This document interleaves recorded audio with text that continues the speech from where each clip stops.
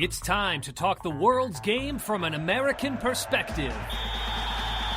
Presented by Three Lions Pub, you're listening to Two Up Front, where we focus on all things American soccer, from the NWSL, MLS, U.S. national teams, and all the way to the youth levels. Now in the studio, your hosts, Baxter Colburn and Simon Provan.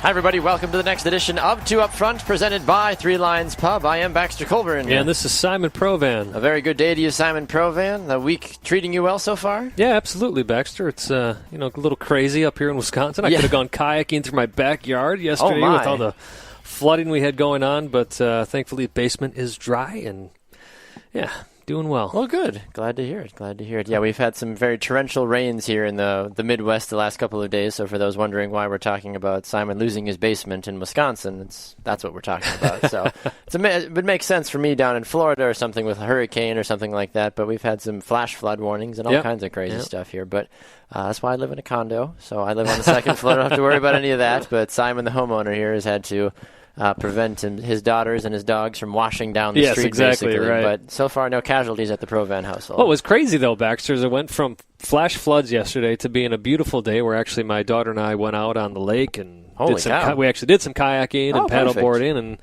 took a walk today on this gorgeous day, but you got clouds rolling back in, then they roll out, then they roll back in, so it's all four seasons in a single day in Wisconsin. Seems like Wisconsin, so we know we're in the right place then. Well, we've got a lot of fun things coming up today. We've got two great interviews for you today. Josh Hakala of the Cup.us will be here a little bit later to fulfill Simon's U.S. Open Cup urges that we haven't really talked about too much. But Josh will be here later in the program to talk about the quarterfinals that are taking place right now. A couple of games already in the bag, a couple of games still yet to come as well, too. So we're excited to have Josh back on the program as well, too.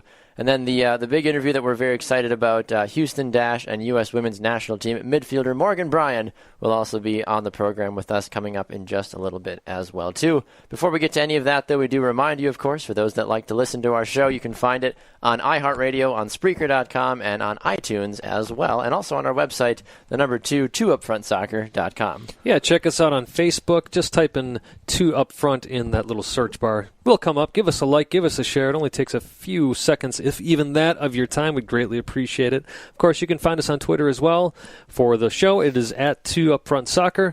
And for our sometimes controversial Twitter handles, at Simon Provan, at Baxter Colburn. Simon's been getting into it, apparently, with some people on Twitter. I mean, I wouldn't say getting into it, but some interesting responses. Stoking the fire, something like that. But, well, either way, if you want to know what we're talking about, you can check out Simon's Twitter, as you mentioned, at Simon Provan. I'm at Baxter Colburn.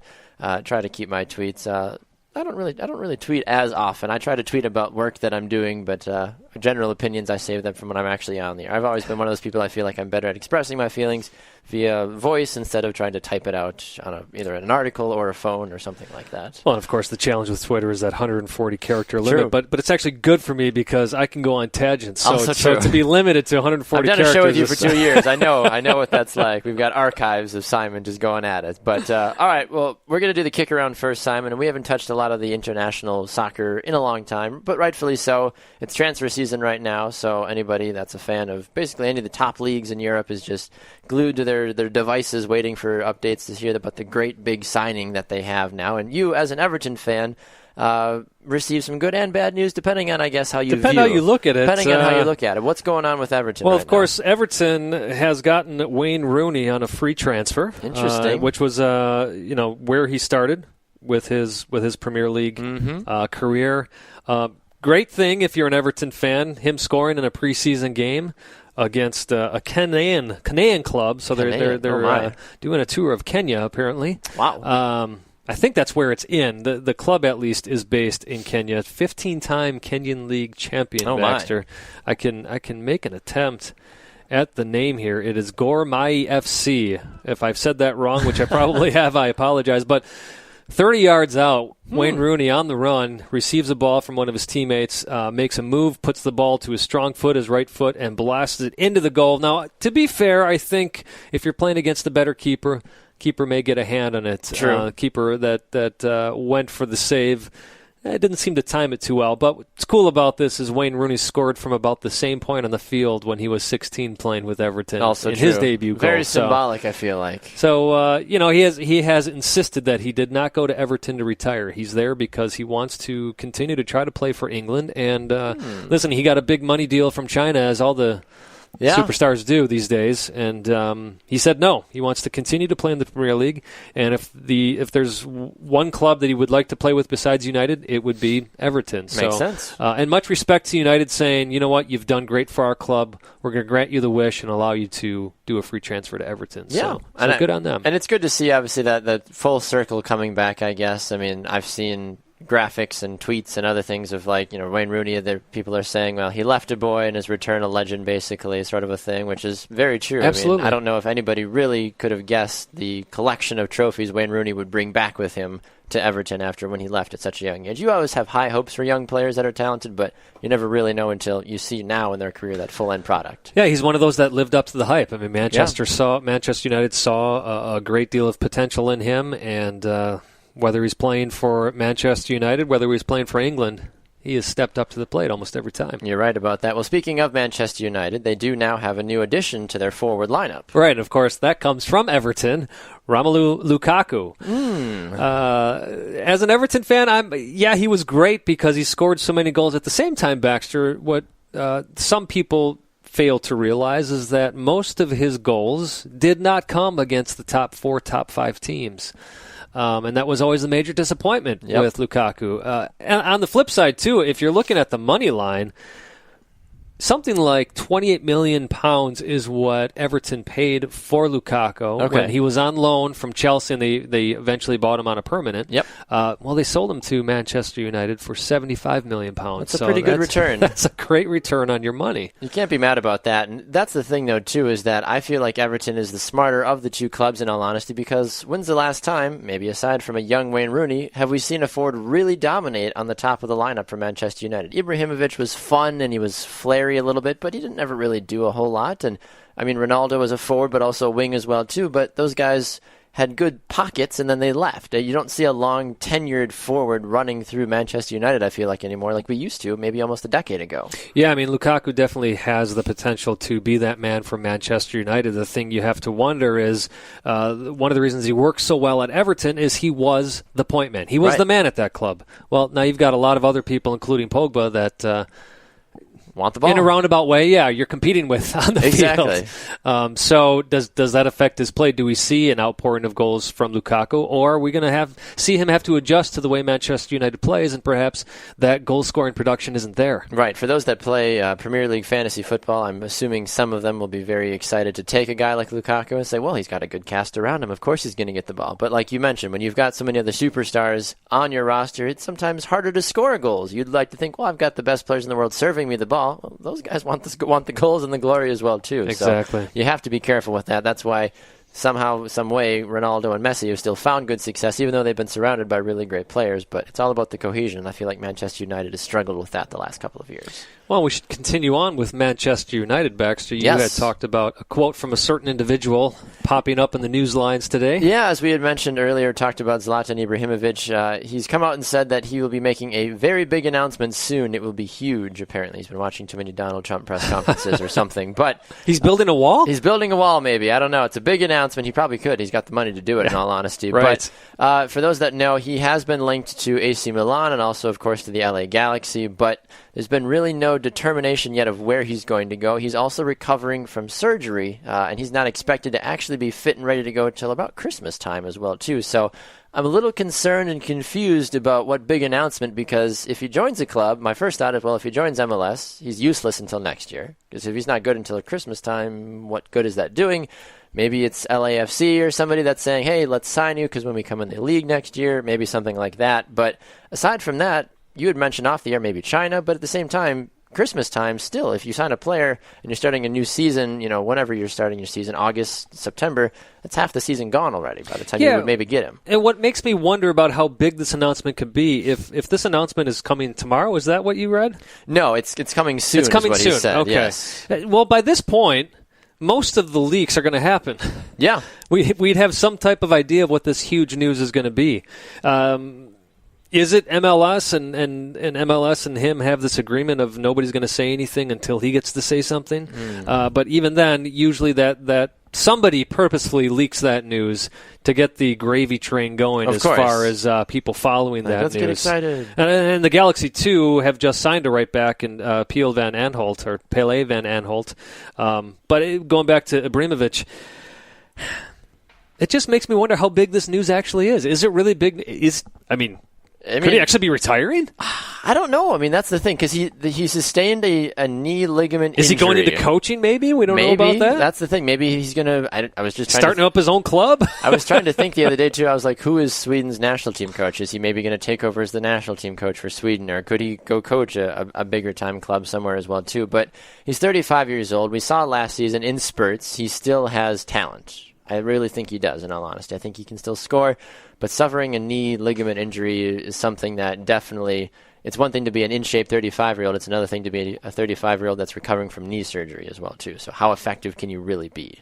Right, and of course, many people out there will say, well, it's Ibrahimovic. He's still going to be... of course. He's going to be effective till he's dead in the grave. He's going to be trying to still score goals. I mean, it's an interesting move, honestly. A lot of speculation, of course, but no official confirmations. Maybe he will go back to AC Milan. Maybe he will come to MLS at some point. Or, like you said, maybe it's something totally out of left field that maybe nobody's thought of, and that's been the goal the entire time, is like, hey, look over here, but actually I'm going to go do this over here and completely blindside everybody. So you never know. Well, speaking of blindsiding, Baxter, we actually hadn't talked about this one, so I know we weren't planning on talking about it, but I was just reminded, Dani Alves, some controversy going on there. Manchester City, it looked like they were going to sign him from, well, basically not even from Juventus. He was released from Juventus, so again, this would be a free, but it looks like PSG has swooped in and actually gotten his signature. Well, PSG, I feel like, is one of those clubs that every big player, if you're not rumored to PSG at least once in your career, you're not doing something right. You know, like and that's not to say that, guys like Messi or Ronaldo's careers would be a failure, but that's just kind of like the joke now in the transfer season. It's like, all right, how much supposed money are they going to get from an unknown outside investor so that way they can finally sign Messi or Ronaldo? But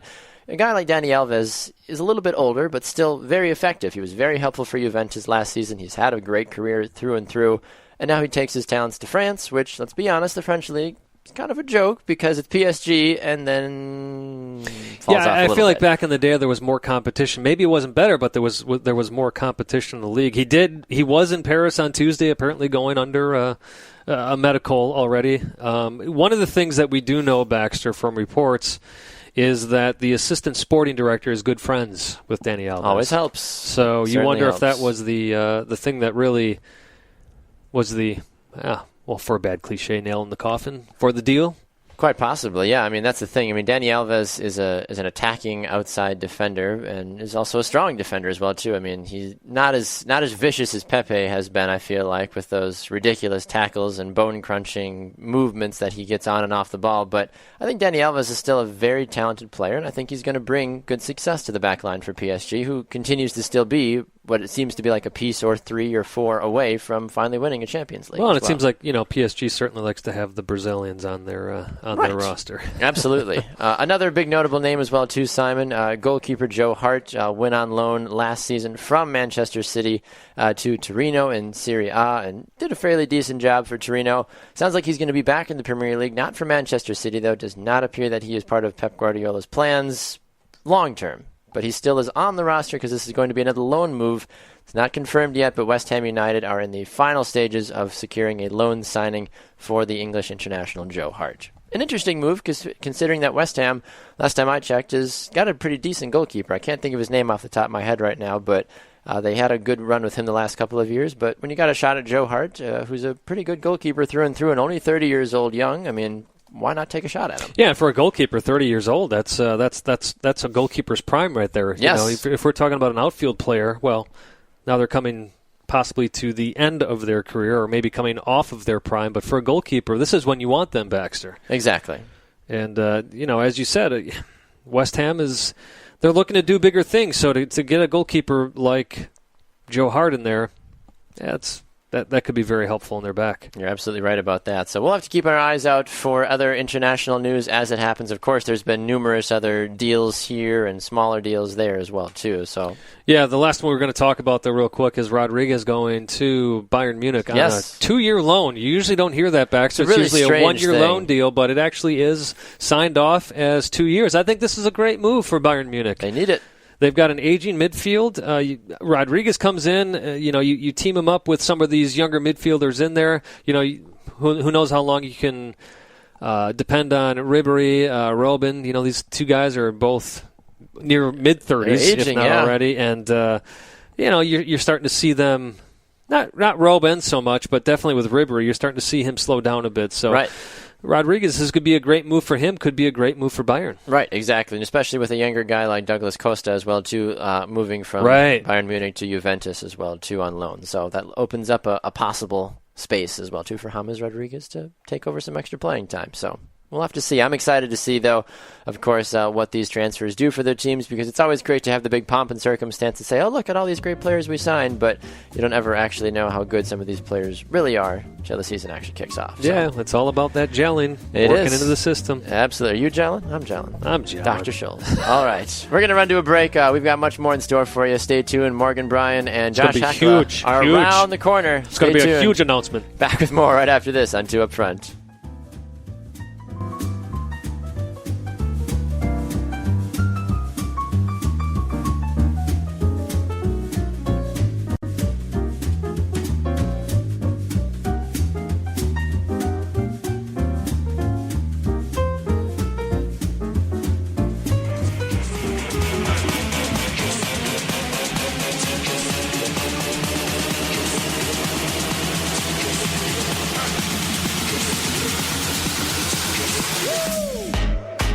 Back here on 2 Up Front, presented by Three Lines Pub. I'm Baxter Colburn. And this is Simon Provan. Stepping into the world of NWSL here. Before we do that, a quick reminder, of course, you can find all the information you need to know about our show by going to our website, the number 2upfrontsoccer.com. And we're also on social media as well, too. If you want to follow us, tweet different things at Simon to fire him up, or just tweet at me just to think if I still have a Twitter that's active. I do tweet. Don't think that I don't, but just not as frequent as Simon does with his tweeting, I guess. So. Yeah, I go in streaks. Like I'd be on Twitter for a week, sending out stuff, and then I'm gone for a month or so. People are like, "Where'd Simon go?" I don't know.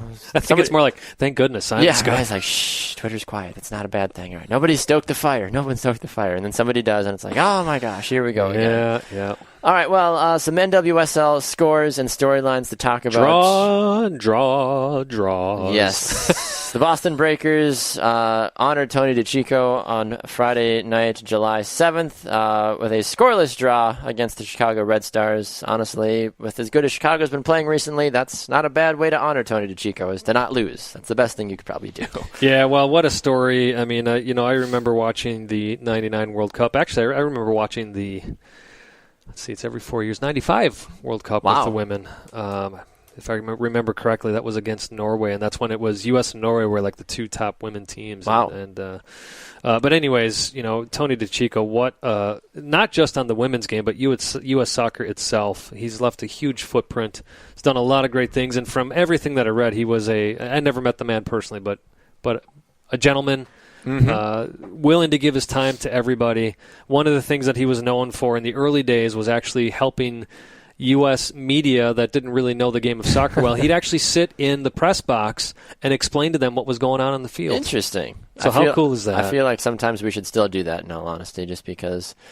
I'll get into this when we talk more about the Gold Cup later on, but Alexi Lalas was on The Herd with Colin Cowherd the other day, and just listening to the interview, and somebody was filling in for Colin Cowherd, but it was annoying to hear how they were asking the questions about what soccer is and everything. So anyway, one of the other games that took place, a battle back and forth. It was the Mallory Pugh versus Marta show with Washington and Orlando battling to a stellar 2-2 draw. Marta struck first, then Pugh scored second, then Marta scored again, and then Pugh finally was like, no, enough of this, and got a penalty kick in the 90th minute to force a 2-2 draw, but an exciting game. Well, you had wondered from the get-go, how would Mallory Pugh actually do in this league, and she's shown us quickly, Baxter, that it's like she's been playing in this league since year one. Right, and I think it does help, obviously, and we've talked about this, I think, a couple of times. When you play at the national team level and you're a consistent starter or in general consistent cog in camp, you're going to learn a thing or two, and you're going to be able to play at a higher level than some of these other NWSL ladies that have never had that opportunity for their respective national teams. And I think that's why Mal Pugh has done a great job so far. Yeah, and one name that we haven't mentioned in a while that,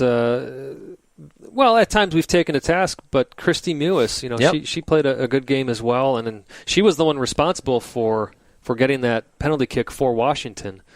Near the end of the game, Baxter. Yes, indeed. Quickly through the other couple of scores before we get to the big one. The Courage got a 2-0 victory over Seattle. That was a huge win for the Courage, and that have won 4 out of their last 5. Still in first place. Sky Blue were down 2-0, Simon. They sure were. Sam Kerr was like, enough of this, and put 3 goals in a span of 12 minutes to not only earn NWSL Player of the Week, but I think NWSL Player of all time. That was an amazing feat that I don't think even FC Kansas City, or even Sky Blue for that, honestly, have really let set in, even though that was a couple of days ago now. What a great game. What an amazing performance. Yeah, it just amazing, too, Baxter, how quickly those 3 goals came. What was it? I think it was 12-minute period. 12-minute period.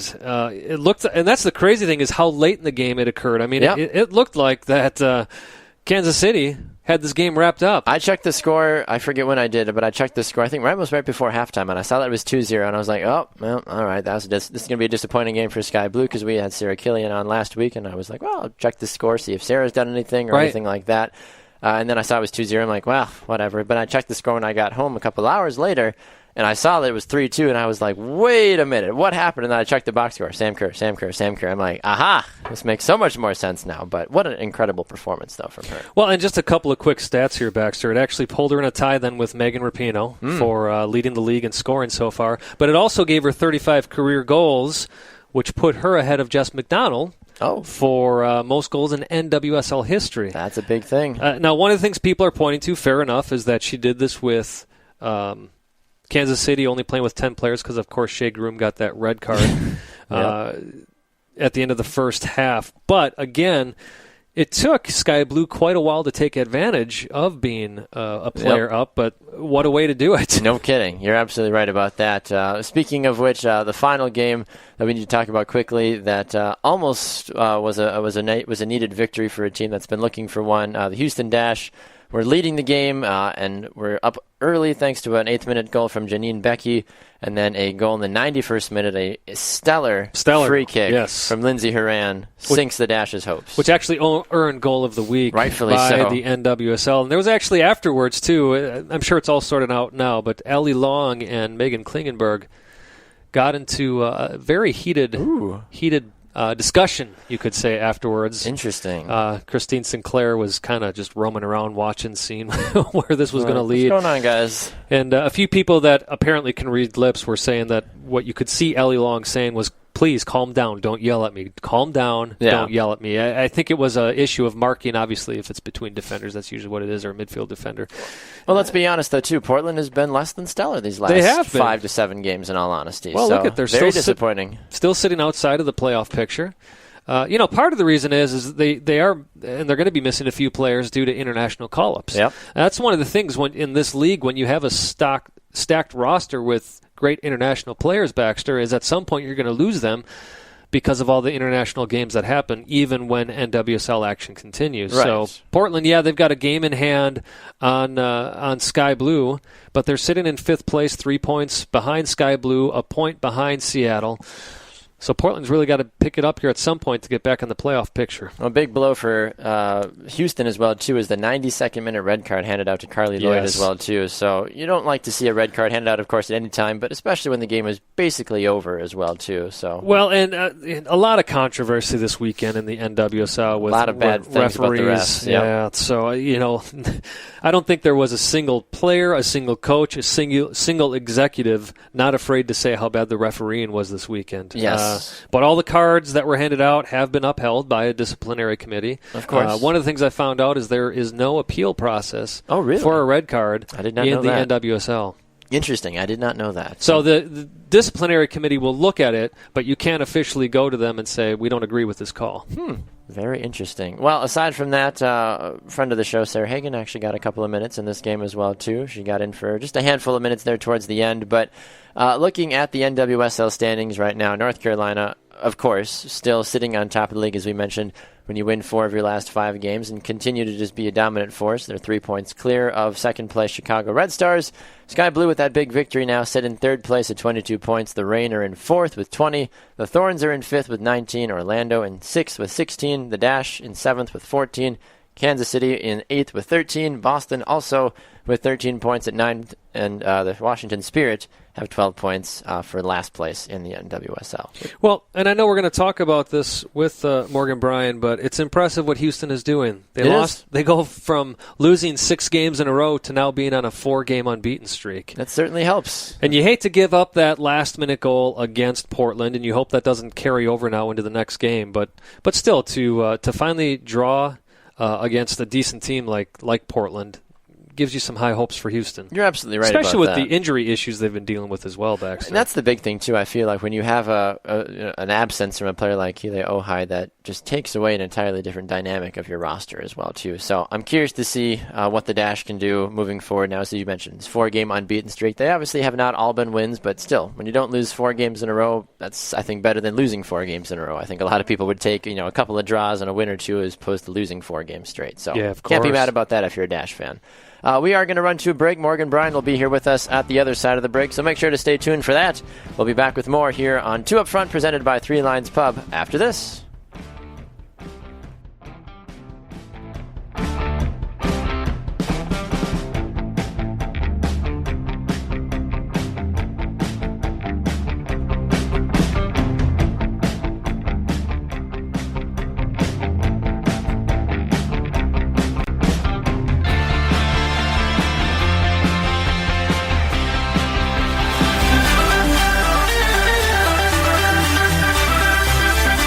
Welcome back to 2 Up Front, presented by 3 Lines Pub. I'm Baxter Colburn. And this is Simon Provan. All right, Simon Provan, got a chance to dive into the NWSL a little bit in our last segment, but now we get to move forward with one of our great interviews today as well, too. We've got 2 great ones. As we teased earlier in the program, Josh Hakala of the Cup.US will be here a little bit later on to talk about things going on in the U.S. Open Cup. But before we get to Josh, we get to jump into the NWSL again, Simon. We've already had so many fantastic interviews throughout our time here on 2 Up Front, and today we get to go back down to the Houston Dash and talk to a player that has definitely helped change the face of this entire franchise. She was the number 1 overall draft pick for the Dash as well, too. And now she joins us. She represents the U.S. Women's National Team as well in the midfield. It's number 6, Morgan Bryan, and she joins us on the shopfutsal.com call-in line. A very good day to you, Morgan. Welcome to 2 Up Front. Well, thank you. Thanks for having me. Absolutely, Morgan. We are thrilled to have you on the program today.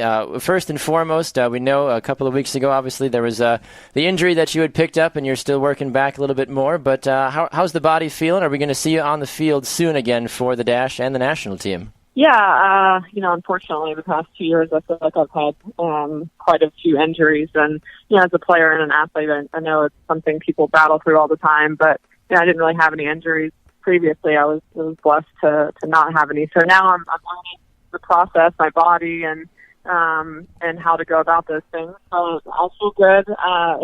It's a difficult thing to manage your body when you get injured during season and trying to play catch up through the difficulty of this league day in and day out. And obviously every weekend you're playing a really tough opponent. So I feel good. I feel better. I'm trying to get right on track and back with the team because, I hate being on the sideline, but hopefully I'll be back on the field pretty soon. Well, speaking of getting back on track, we were just talking about how Houston was on a 6-game losing streak, and then now you've been on a 4-game unbeaten streak.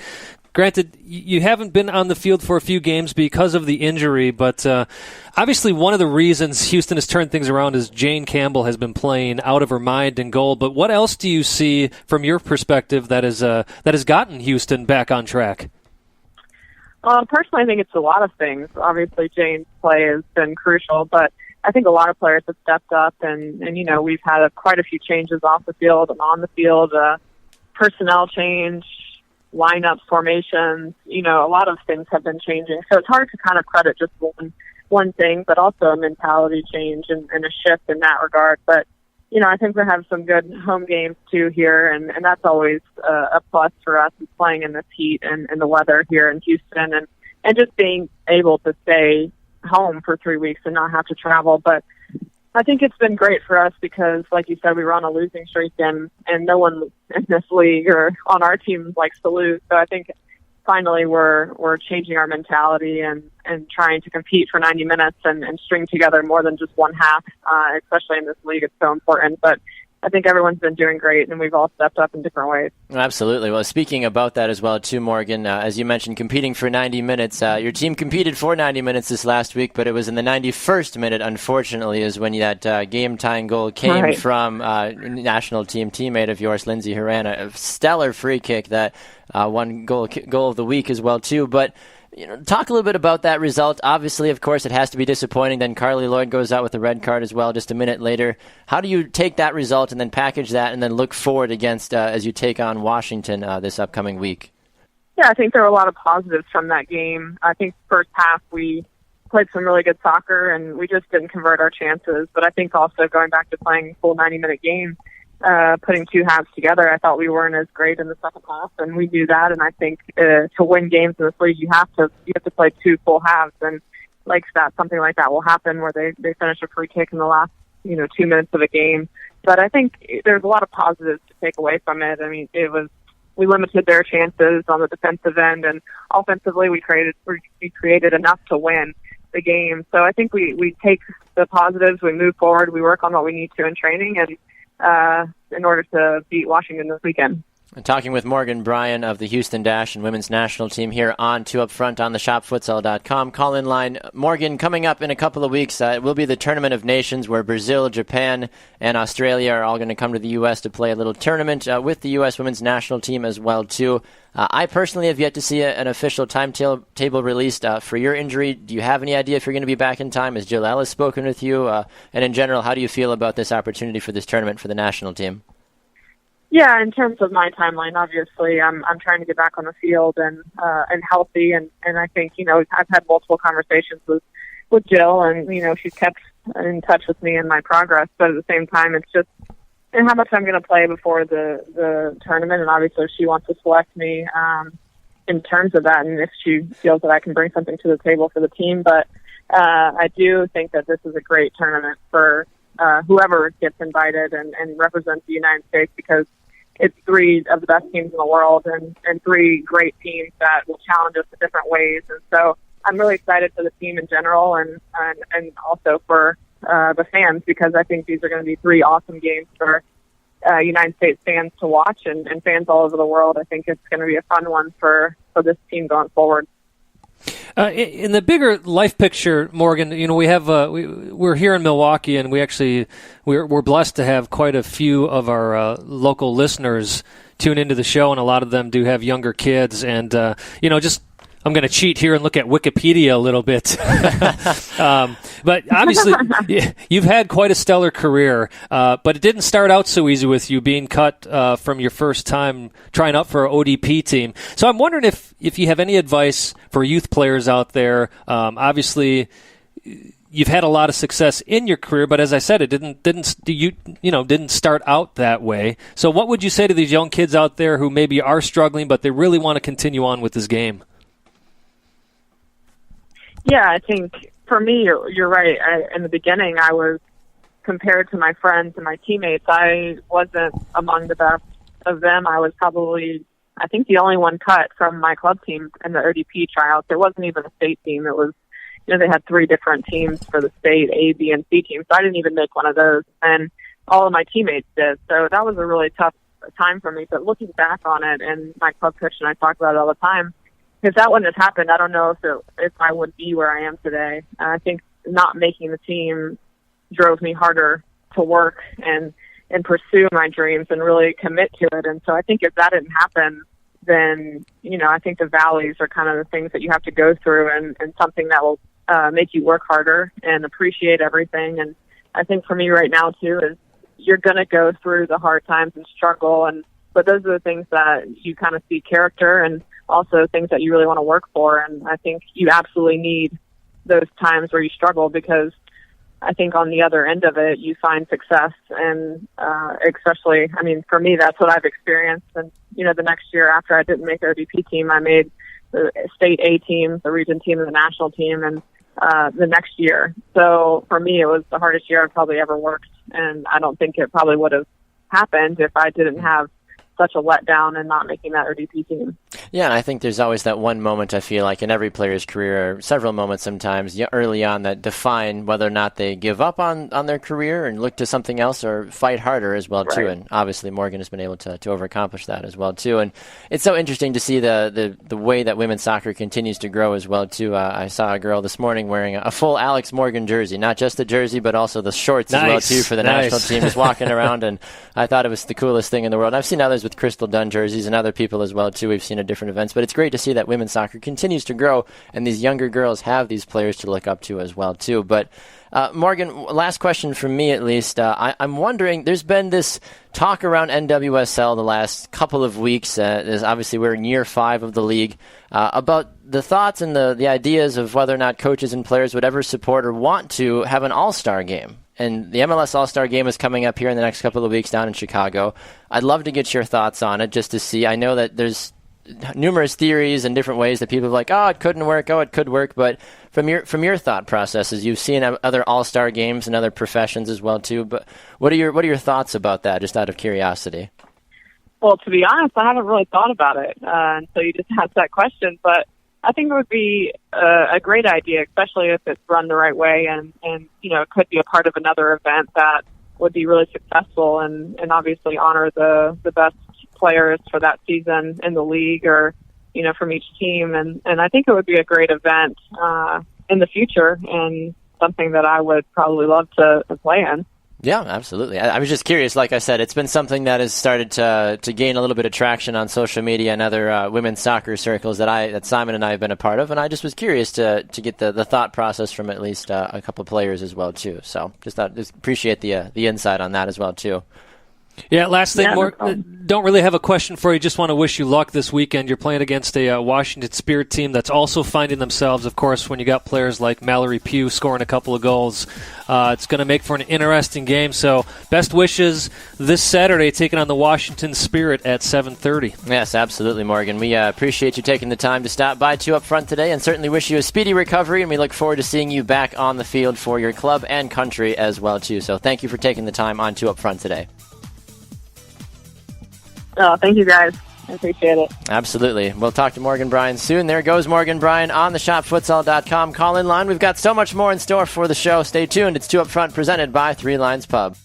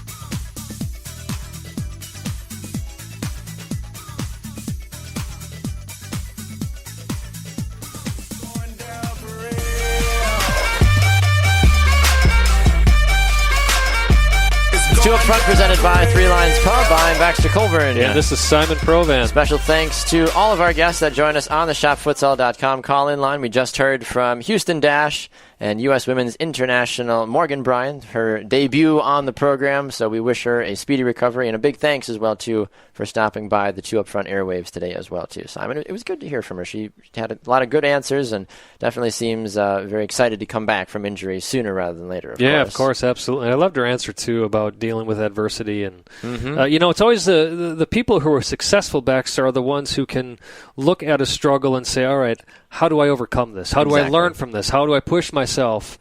How do I motivate myself? Rather than look at it and going, what, I'm just done with that. Right, exactly. And sometimes when you sustain injuries or you sustain cuts from teams, people's immediate response is if they don't have success right away, they're just like, well, that was fun. Gave it my best. I didn't make this one team. I'm 9 years old. I might as well quit and go be a lawyer now. It's like, really? I'm like, you need to face a little bit of adversity so that way you can actually, rise above in that regard. So, speaking of some adversity, the United States almost found themselves in a pickle last night. The headlines have been far than favorable towards the United States, even though they won last night. A 3-2 victory for the United States. I've seen some headlines that have basically said that this was a lucky game for them, that they scraped out a victory, all kinds of different things, even though they did lead 3-1, but then, of course, that late goal made it 3-2, and some folks were a little concerned. Well, they were up 2-0, and Martinique actually came back and drew 2-2, so Jordan Morris had to put that third goal in to win the game. So that was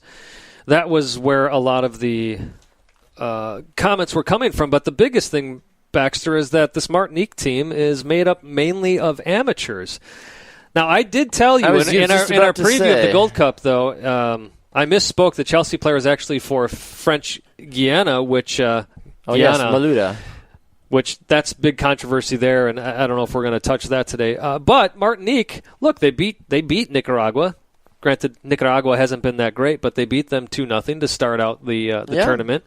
There are a few professional players on that Martinique team.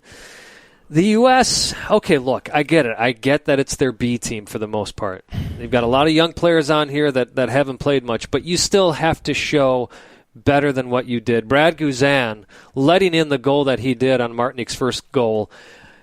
Yeah, I know the ball took a little bit of a crazy bounce, but Brad Guzan gets a hand on that ball. You can't let that go in the back of the net. You have to be able to handle that. Jordan Morris had a good game. He got in the right spots. Obviously had a couple of goals. I was a little surprised by the defense, though. Lehigh had a decent game. He had a decent game, but Martinique was finding holes in that defense left and right. What I get tired of seeing, Omar Gonzalez, who can be a stellar player, but most of the time that we saw last night, him being stellar, was him trying to make up for a mistake. He had a lot of times where players would get past him, and then he'd finally speed up and slide tackle to win the ball. Great, but I want to see him win this ball. I want to see him stop a defender from getting past him so that his heroics don't have to be him making up for a mistake. Here's the big thing for me, too, is that I feel like, and I've been guilty of this, we've all said it as well, too, that the United States keeps going back to saying, well, this is our B team. I get that, yes, on paper, yes. This is not even just on paper, this is our B team, is. But for me, the way at least I view this, that you're playing an international acclaimed tournament. I don't care if it's your B team or if it's your U17 team. This is the team that you brought. You are expected as a country to perform at a high level. I don't care who you brought out there.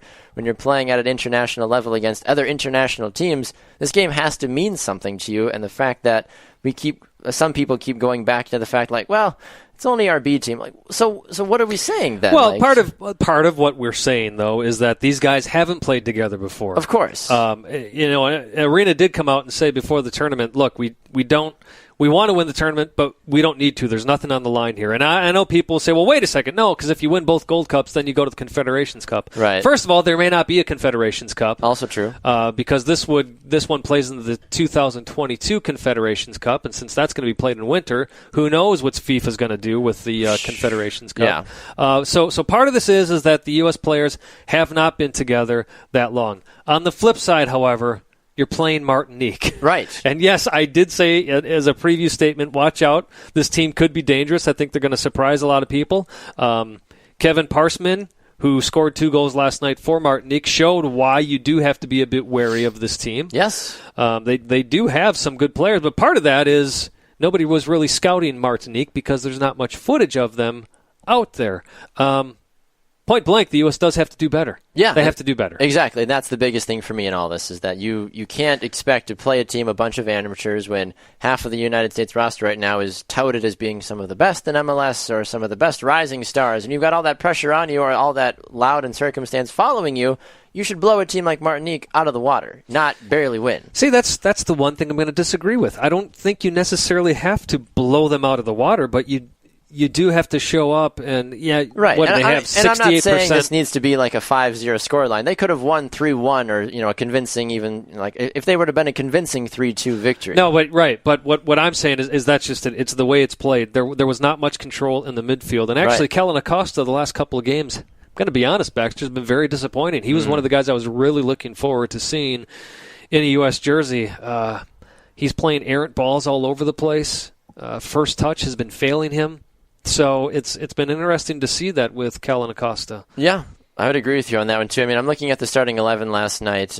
You see Guzan, Hedges, Gonzalez, Justin Moore, Liak, as you mentioned, Christian Roldan, Acosta, Zardes, Areola, Agudelo, and Morris. And I've heard Juan Agudelo get kind of crucified back and forth. Bedoya came in as a sub. Dax McCarty and Chris Pontius all came in. No Jorge Villafana used in this game. No Dom Dwyer. No Kellen Rowe, Joe Corona, Matt Miazga.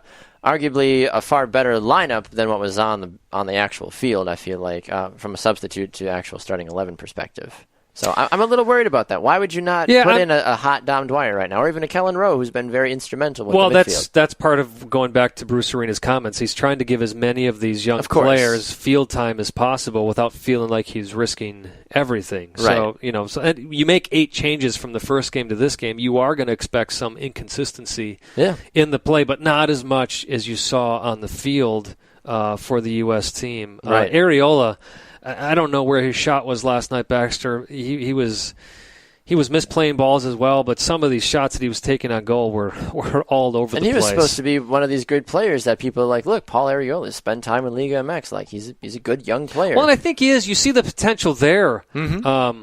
And again, maybe, do you mark this down as simply the team's too young? That quite possibly at the same time, you look at this and you think, okay, if it's a U23 Germany team, what's this game going to look like? Right. Talk about blowing somebody out of the water. I think you do see them blow Martinique out of the water. Right. No, I think that's absolutely the case, and that's the thing too. I mean, Germany brought their B team and destroyed an A team, Mexico, in the Confederations Cup 4-1. Like, that's every country is different when it comes to the depth. I get it. If we had the same system that the Germans did in the same pool and blah blah blah, like, of course, whole nother conversation. But fact of the matter is that our pool is getting better for the United States. It is getting better.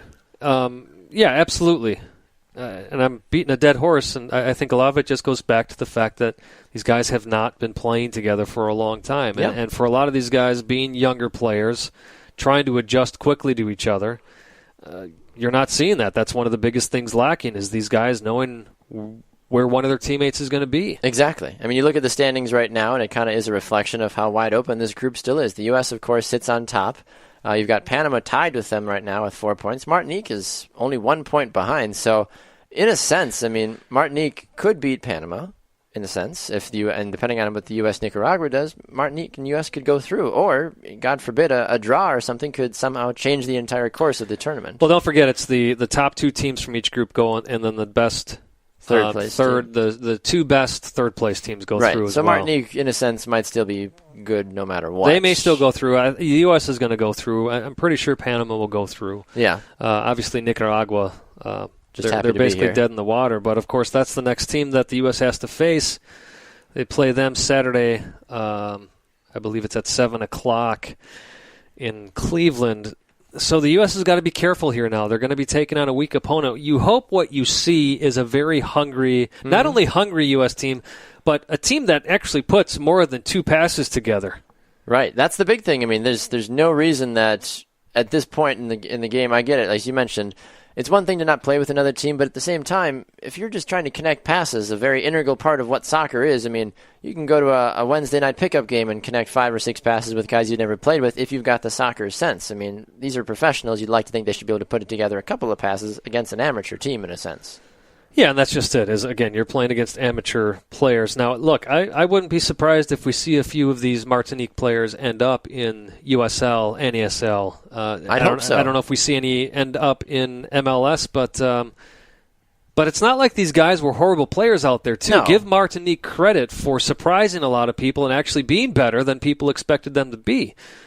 I mean, not granted. I'm glad the U.S. came out with that 3-2 win, but we should never be sitting there biting our fingernails wondering, oh, boy, I hope they pull this one off when you're playing a minnow like Martinique. You're correct about that. So as you mentioned as well, too, United States will take on their final group game against Nicaragua on Saturday. That game is at 6 p.m. Central Time on ESPN. Fox Sports 1, I believe. So make sure to go check it out on that respective channel. No, actually, it's FS2? on Nope, not even that, Baxter. It's on FXX.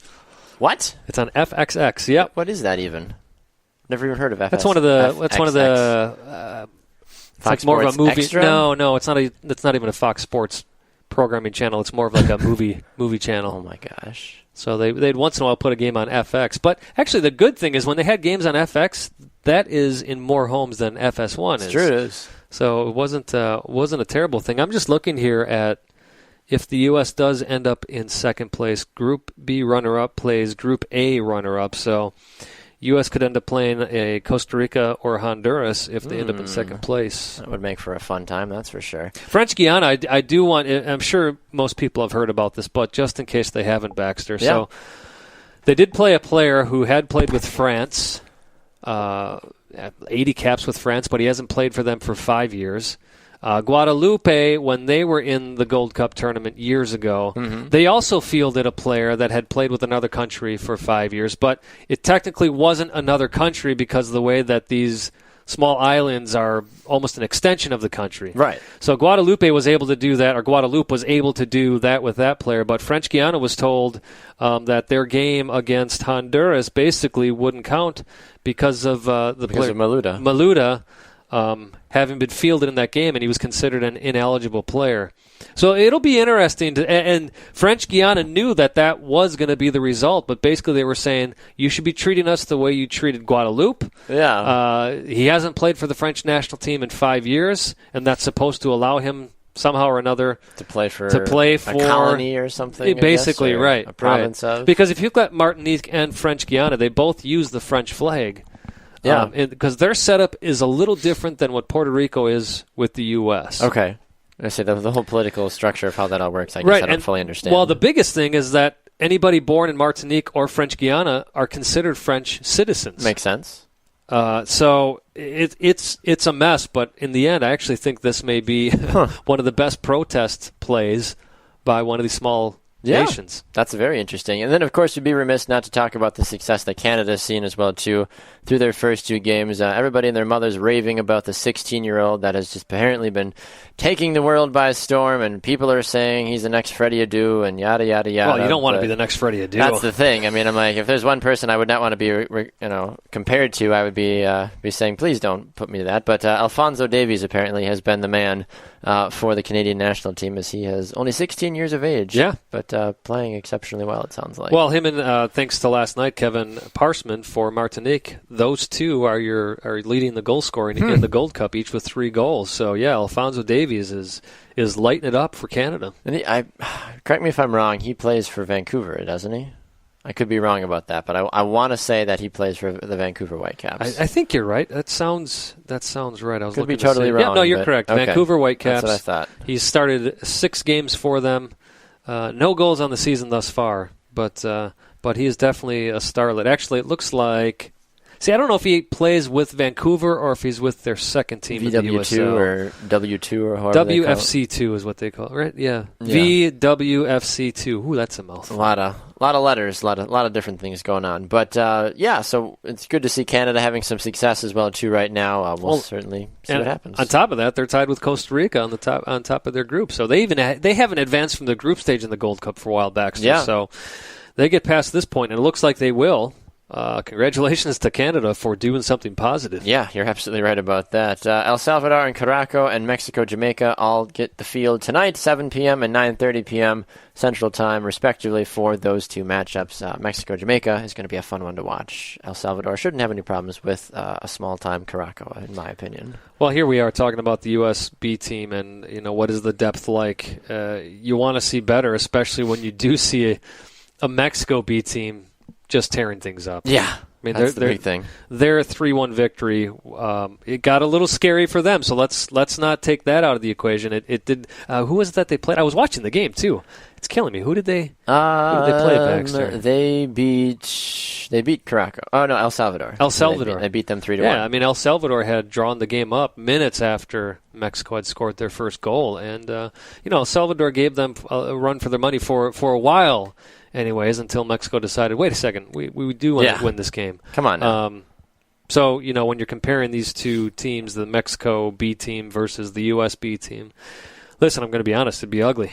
It'd be ugly if these two teams faced each other tomorrow. It'd be ugly for the U.S. I would agree with you. One good thing, though, too, the average attendance of these Gold Cup games is right around 33,000. So, well, it wasn't last night, I'll tell you that. Right, well, that's what I'm saying. What the average attendance is, apparently. Right. So, the biggest attended game so far was Mexico-El Salvador with 53,000 people. Lowest attendance was Martinique-Nicaragua with just 5,500 people that showed up. Yeah, that doesn't surprise me. I know there were 47,000 for the U.S.'s first game in Nashville, which is very positive.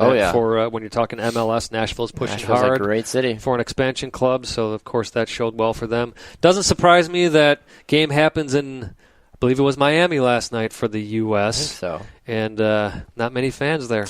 No, Tampa Bay, that's where it was. It was in Tampa Bay. Not many fans showing up for that game, Baxter. And granted, I realize it was against a weaker opponent, but we got to get to a point where it doesn't matter who the U.S. is playing, people show up. Come out in droves. Yeah, definitely one thing to keep hopeful thoughts on, I guess, moving forward. And the main reason I bring that up, though, is Tampa. Obviously, they've got the Rowdies in the USL, but they're looking to make that jump to MLS, and that doesn't show well for you. You can't get out and support your national team. How are you supposed to support a club that has to have a 20,000, 25,000 minimum seat stadium, right? Something like that. I think 20,000, but even now 18,000 is minimum right now. But even still. But if you remember the stadium drawings we were looking at for Tampa, like half the stadium is missing. A quarter of a stadium is gone. I don't know what to think and about I know that. why. Listen, people say, well, it's because it's on the water. I know that. Yeah.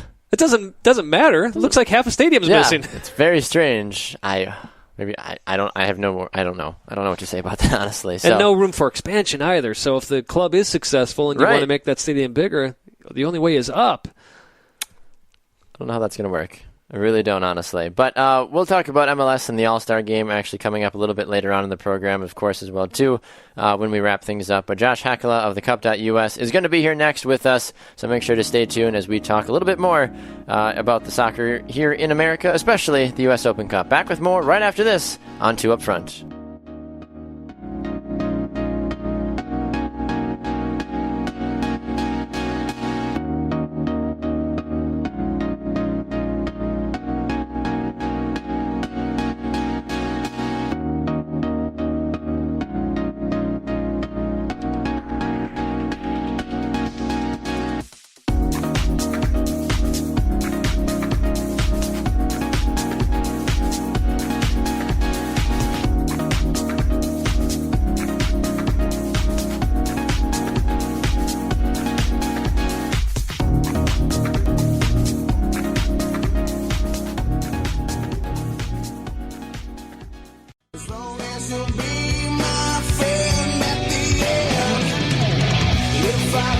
Welcome back to 2 Up Front, presented by Three Lions Pub. I'm Baxter Colburn.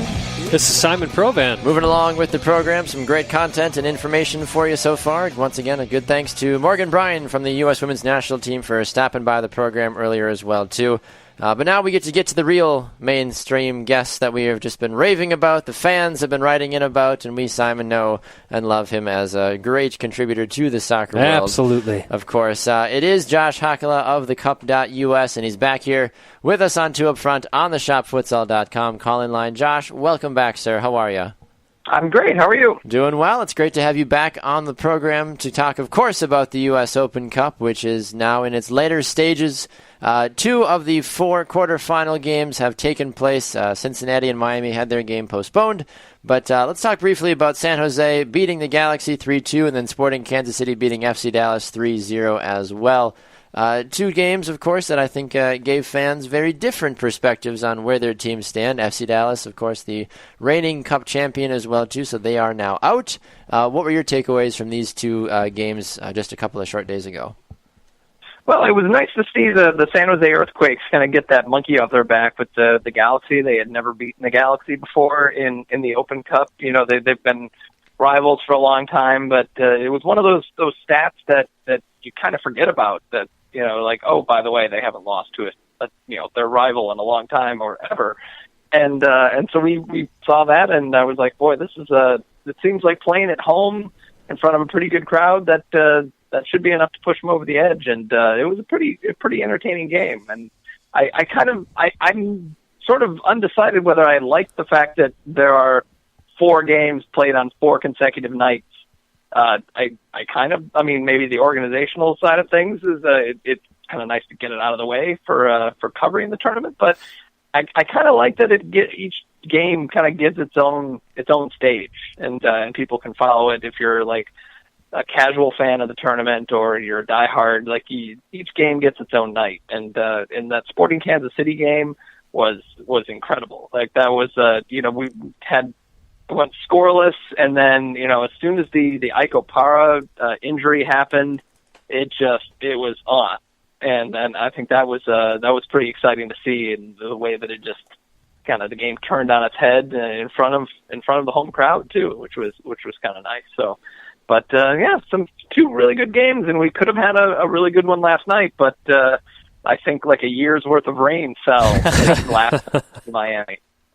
Yeah, of course. I think that's the big one that everybody's waiting for, especially, I know it's down in Miami, but after seeing FC Cincinnati take care of business against Chicago Fire and in front of a massive amount of fans. So it'll be interesting to see how many fans show up for the game in Miami. But that's also been a nice storyline as well. Nearly 15,000 people out at that San Jose Earthquakes LA Galaxy game. Yeah, and that was a club record for them too. San Jose, they usually would either play at Spartan Stadium or they play at different stadiums. They're one of those teams that up until recently didn't own their own stadium, so they would often go and rent a smaller stadium for an Open Cup game, which makes financial sense. And I guess from a marketing standpoint, it's kind of I get it. You want to maybe get your team out into different communities in different parts of the city to give fans that maybe don't normally travel in, to see the team, get them a chance to see them.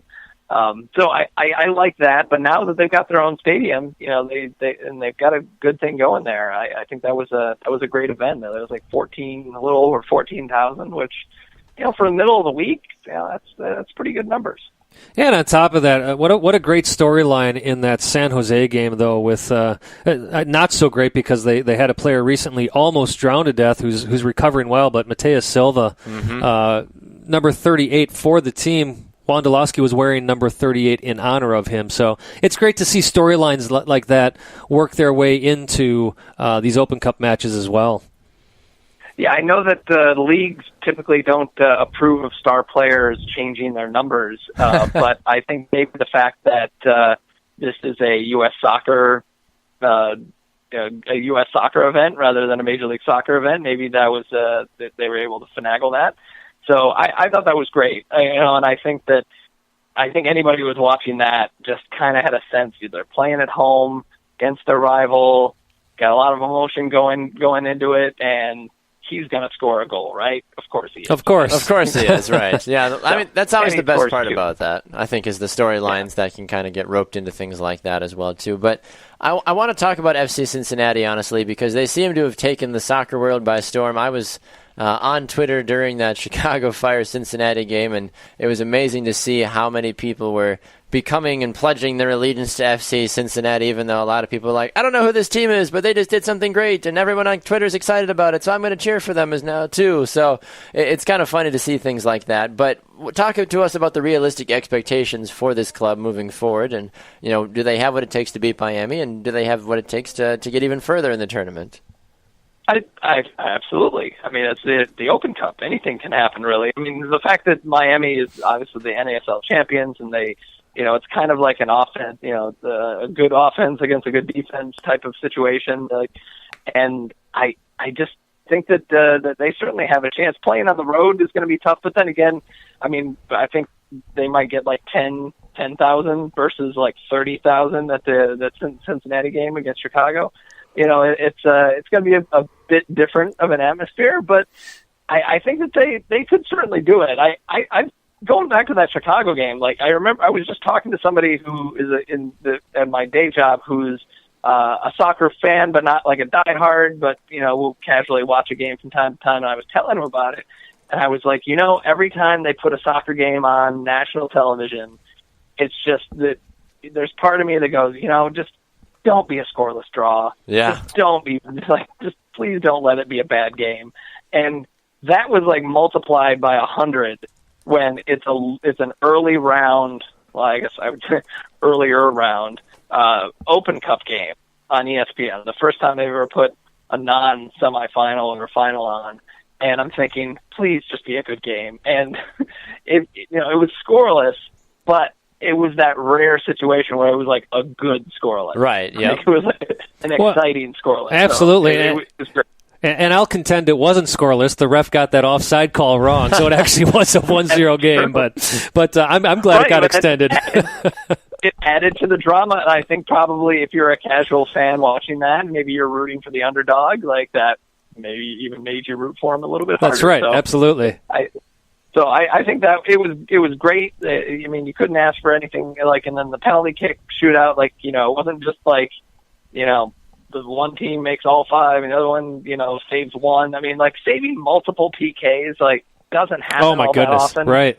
I think that was only like the 8th time in the modern era that somebody has saved 3 penalty kicks in a shootout. And so it doesn't happen often, but when it happens in front of 30,000 screaming fans and on national television, I think that was kind of, if you're going to be scoreless, you go to penalty kicks and you have a dramatic shootout. So it was kind of, I got my wish list as far as trying to appeal to casual soccer fans. Well, one of the things about the schedule, kind of go back to that before you, well, actually, I'll have you preview this game. But one of the difficulties with the games being scheduled this week, of course, Gold Cup's going on, and you've got some players taken away. So when we're looking at this game tonight, New England Revolution taking on the New York Red Bulls, of course, Revolution don't have Kellen Rowe. They don't have Juan Agudelo. So how do you see this one playing out tonight, Josh? Yeah, and I think the FC Dallas and Sporting Kansas City game suffered from that as well, and losing, like, I think each team has a couple players missing, a couple key players. And, I guess so many people have said that the answer to our scheduling issues is to wait for an international break and play the Open Cup games on there, because maybe the star players wouldn't play anyway. Although, there are a lot of teams that would dispute that, because there are a lot of teams that play really good lineups in the Open Cup. But as far as New York and New England go, like, I don't know, like it's so hard to tell what is going to happen when you bring in sort of I don't want to say unproven guy. I'm sure that there's going to be some experienced players in there, but players you don't see every game out there. And you kind of like throw some new ingredients into the pot, and sometimes you get huge blowouts, and sometimes you get snoozers. You never really know what you're going to get. But for this one, like New England playing on the road, they've played in the Open Cup pretty well recently, and the Red Bulls, geez, oh Pete, can these guys win a trophy? Like I think there's going to be a year where they're finally going to win the Open Cup or win something, and I think either one is kind of compelling, because neither one has won. It doesn't have like a huge trophy case, so. I think if you're a casual fan, maybe you'd root for whoever comes out of this to finally, get off the schneid for trophies. Have you had any disappointments at all based off of this tournament? Sometimes from your perspective, I know that you obviously have this grand picture in your head that you're like, okay, it would be really good for the tournament if this, and this happened. But obviously that the soccer gods like to laugh at anything that we try to dream up, of course. But has there been any disappointments or any just negative surprises for you at all from how this tournament has played out this season? I mean, there's always, I think whenever I cover each tournament, I tend to root for storylines, and it would be, like you said, like it would be great if that's pretty much, or I root for maybe new teams to win, like somebody, some fresh blood to get in and get a taste of, give those fans a taste of what the tournament is like.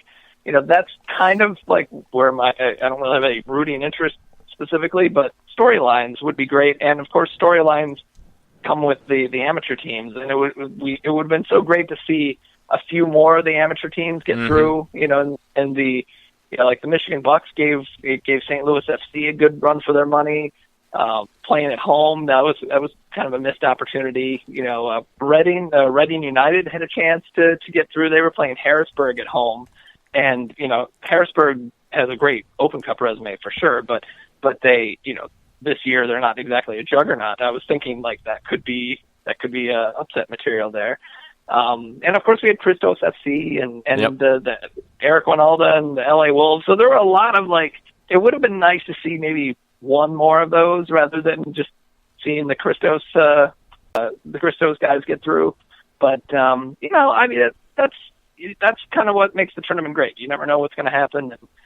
Some years it's nuts with the upsets, and sometimes it's not. So I think this year has been a decent collection of upsets. There haven't been as many, but having a couple of lower division teams playing the quarterfinals is kind of a treat, because we're at least guaranteed to have at least one underdog story in the semifinals. So that'll work. Yes, absolutely. Well, Josh, we obviously love talking with you about the U.S. Open Cup and could certainly do it for hours on end. But we unfortunately have to let you run, but we appreciate your time, of course, and your continued dedication to the U.S. Open Cup and continuing to grow that here in the United States and around the world as well, too. So a very special thanks for stopping by the program and for all that you do as well, sir. All right, anytime. My pleasure. Thanks, Absolutely. Josh. We'll talk to you soon. There goes Josh Hakala on the ShopFutsal.com call-in line. We're going to dive into the MLS All-Star Game and much more when we come back. It's Two Up Front presented by Three Lines Pub. Back with more after this.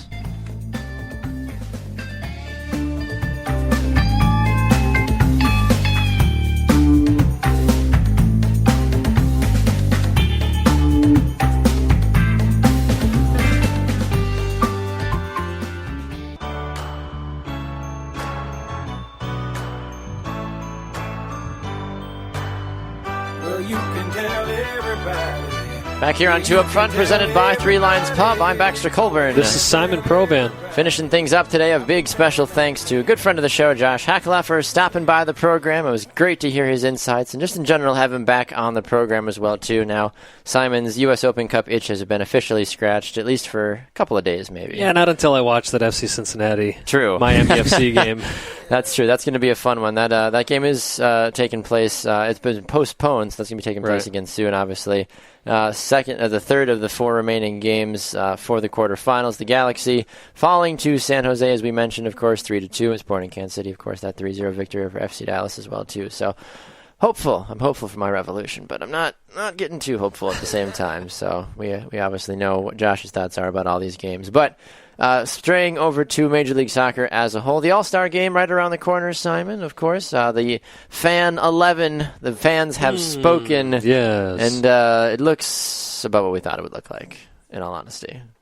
Yeah, however, and I know you can call me biased here, but Diego Valeri not being on here? Yeah, it's a little surprising, I'm not going to lie. And people are going to say, well, who would you take off? Michael Bradley? Yeah, 100%. Diego Valeri for Michael Bradley. Get him out. Get him absolutely out. Yeah, here's the Fan 11. Tim Howard, Greg Garza, Graham Zusi, DeMarcus Beasley, Bastian Schweinsteiger, Miguel Almiron, Kaká, Michael Bradley, Nemanja Nikolic, David Villa, and Sebastian Giovinco was Nikolic. Nikolic. That's right. And Giovinco was actually the FIFA player, the most goals scored for FIFA 17 and all the whatever contest they run with that. But still, I like that front three. I have no arguments against that front three. The midfield, I mean, I feel like Miguel Almiron is a good player, but I would put Valeri in for either him or Bradley, in all honesty. Yeah, I'm just looking at goalkeeper. Does Tim Howard really deserve it this year? 1,000% no. But you're also looking at it. Here's how it works with the fans, though. As soon as the big roster is announced, as soon as you say, oh, MLS is going to play Manchester United. Oh, we're going to play this year Real Madrid. you're not going to stick the best MLS goalkeeper in there because you know he's going to get just blitzkrieged. That's what the fans' thoughts are, at least. Say that again? Blitzkrieged. No, I mean your whole thought process. The thought process that when you hear who the big person is. So right now the Chicago Fire and Toronto FC have the two best records, which in a sense means their goalies are playing really well as well, among other factors, of course, how you want to break it down.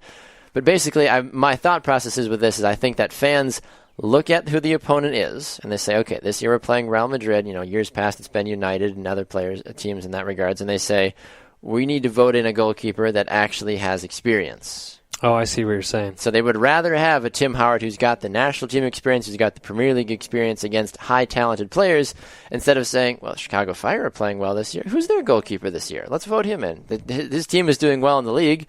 Well, I think some people's thought process is, well, yeah, he's doing well against MLS players. Is he going to stop Ronaldo's shots? Is he going to stop this, and this person's shots? I think that's part of it. And I think that's why Nick Rimando, has stopped being voted in to an extent. Well, he's having a rough season, though, too. He has been, yeah. I'm not going to deny that. I mean, Nick Rimando has been, I think we may be seeing the tail end of his career. I think so. He's been fantastic, no doubt about that. Yes. I mean, I'm looking at the goalkeeper right now. The best goalkeeper for saves is Bill Hamid. No way he's... So... goals against, well... I mean, I look at the top three goalkeepers statistically for saves. Bill Hamid, Joe Bendick from Orlando, Luis Robles, Bobby Shuttleworth, Tim Melia. I wouldn't trust any of those goalies. Maybe Luis Robles. Maybe. I don't trust any of those. And I don't trust all five of those to put up a respectable performance. Just looking at goals against here, too, Baxter. It's tough because the league's website is not the greatest. It's a really strange website. I'm trying to do the same thing, and I'm just like, but how does this work? Because the thing about saves, you got to make them, but it also speaks to how poorly your defense is playing. Look at the teams: DC United, Orlando. The Red Bulls are okay, but Minnesota last in the league. Sporting Kansas City, they're doing decent. Tim Melia, but. That's also because the defense has been all over the place for Sporting Kansas City this year as well, too. What about Andre Blake? He made the team last year. Right. He was phenomenal. I thought he was a great player last year. 1.18 goals against average. I mean... Yeah. I mean, statistically, goals against average, Tim Melia has got a 0.7. So, I mean, he's... Right. No, that's another good name. What about Bono for Toronto?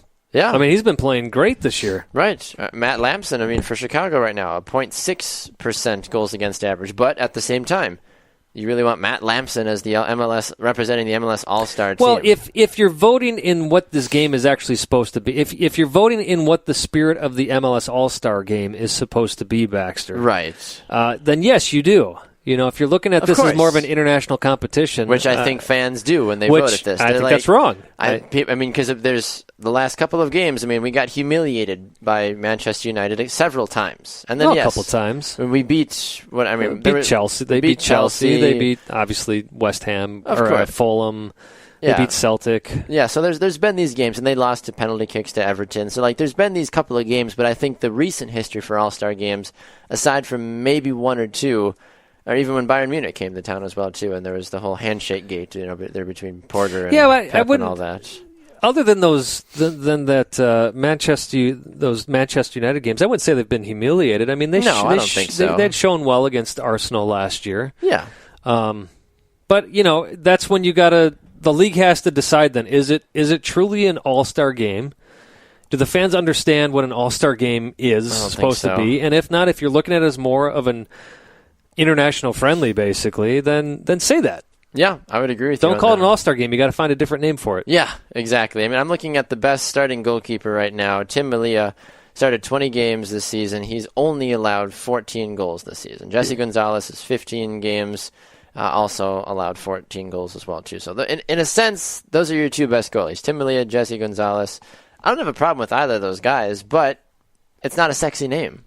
And I think that's what some fans do. Well, of course. And every sport deals with that. Of course. I know it comes down to a popularity contest. 100%. I get that. But yeah, Michael Bradley, we could sit here for hours and just say how he's been atrocious and just doesn't deserve to be in at least the starting 11. But again, once again, it's the international experience of Michael Bradley and the U.S. homeboy that he is. Yeah, and I'm not saying that he's playing horrible. I just don't think listen, I think he's actually deserving to be on this team, just not in the fans starting 11. Right. I'm surprised people haven't been like complaining, or for those casual fans being like, why can't I vote for Christian Pulisic? Why can't I put him on this team? Be like, okay, you just need to stop right now. But where's Sasha Kljestan? That's my question about this. Where's Jordan Morris? Aren't those guys? I mean, Jordan Morris doesn't make sense to me because he's got 3 insane guys ahead of him to try to beat out. Well, yeah, I mean that's it. As does Kljestan warrant being in over the guys that are on this team right now? Right, and that's the thing. When you have to say, okay, give me the 4 best midfielders in MLS, that's a hard thing to do right now, especially with the way that Chicago's guys have been playing through and through. I mean, and even Atlanta as well, too. Absolutely. It's hard to... And the Chicago one, I'll tell you what, that's the easiest argument to make because Chicago did almost a 180 when Schweinsteiger 100%. arrived. And granted, it's also because of having Dax McCarty in that midfield, Juninho in that midfield, being able to release Schweinsteiger to go up and play with some freedom.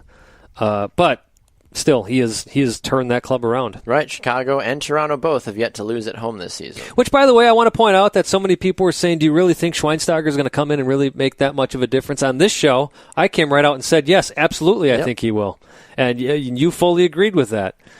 So a little pat on the back of ourselves. Nicely done. Yeah, 11-3-5 for both Chicago and TFC. They have 5 points ahead of the third place NYCFC, and they've got 6 points on Sporting Kansas City if we're going based off of Supporter Shield standings. So well done for both. Yeah, and before we close out our MLS All-Star talk here, Baxter, Kaká doing his job for the league, by the way, coming out and telling the media that, the MLS All-Star side will play a very tight game and meet as equals with Real Madrid. Sounds good, Kaká. Sounds good. Aside from that, we joked about this off the air and in general joke about this anytime these articles come out.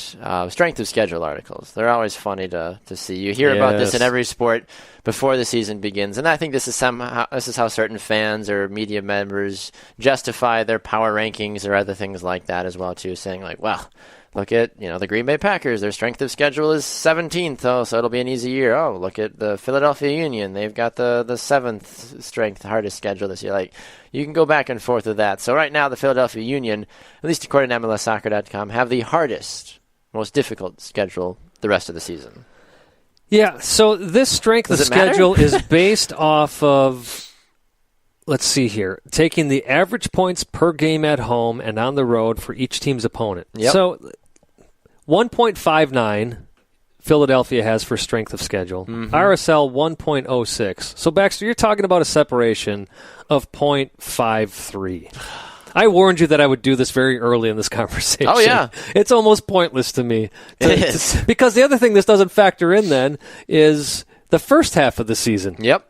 Exactly. Because basically for the teams that have a more difficult strength of schedule now, they had a less difficult strength of schedule in the first half of the season. So you had some teams that were front-loaded with road games that are now going to be back-loaded with home games. Yep. So to me, I don't know. I get the point of it, that you can look at it and perhaps help you determine, not you personally, the proverbial you, the people. Figure out, maybe this is more about looking at the playoff hunt and how difficult is this going to be for teams. But even then, the article goes on MLSsoccer.com talking about how Portland has the most difficult strength of schedule for those teams in the playoff hunt. But you're talking about a separation of, let's see here, I do some quick math, 0.16 between Portland and Philadelphia. Portland and the next Western club is Minnesota. 0.02. So it's basically pointless. It really is. When you're looking at that. Yeah, it really is. Quick update on the standings for you as well, too. In the East, the Fire, TFC, NYCFC, Atlanta, Orlando, and Columbus all sitting in the 6 playoff spots right now.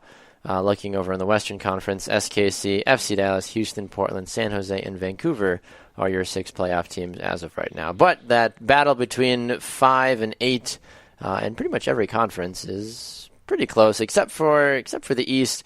5 and 6 in the East, the 29 and 28 points. They've got 2 or 3 points respective on that 7th place Red Bulls team, and then the Union are much farther back and from the rest of the pack as well too. So, team's starting to pull away at this point. Well, yeah, and Portland actually is not looking as pretty as they may seem even in that fourth spot, Baxter. They're only averaging 1.35 points per game. They've got 3 games in Vancouver has 3 games in hand on Portland. San Jose has 1 game in hand. So if San Jose wins that 1 game, they're now above Portland. If Vancouver wins either of their 2 games, they're now above Portland. Or if they win and draw one of those games. So Portland really is looking more like a 6th seed at this point.